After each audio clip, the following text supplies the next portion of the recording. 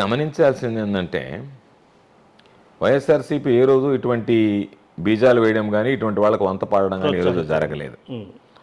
ఉదాహరణకి అరుణ ఉదంతం తీసుకుంటే అరుణకు సంబంధించి పెరవలు ఇచ్చినటువంటి వ్యక్తులు ఇద్దరు ఎవరు?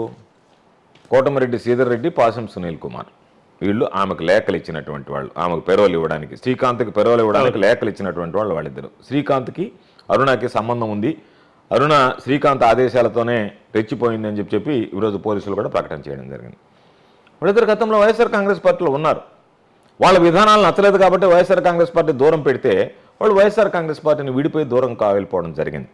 కాబట్టి వైఎస్ఆర్ కాంగ్రెస్ పార్టీ సిద్ధాంతాల కోసం నాయకులను వదులుకోవడానికి సిద్ధపడింది. ఎవరినైతే ఒక సిద్ధాంతం మీద నమ్మి మేము విడిచేసామో, మీరు మాకు పనికిరాదని చెప్పామో, వాళ్ళని దూరంగా పెట్టామో వాళ్ళందరినీ చంద్రబాబు నాయుడు ఈరోజు తెలుగుదేశం పార్టీ హక్కును చేర్చుకుంది. వాళ్ళందరికీ మరలా తిరిగి శాసనసభ్యులుగా అవకాశం కల్పించింది.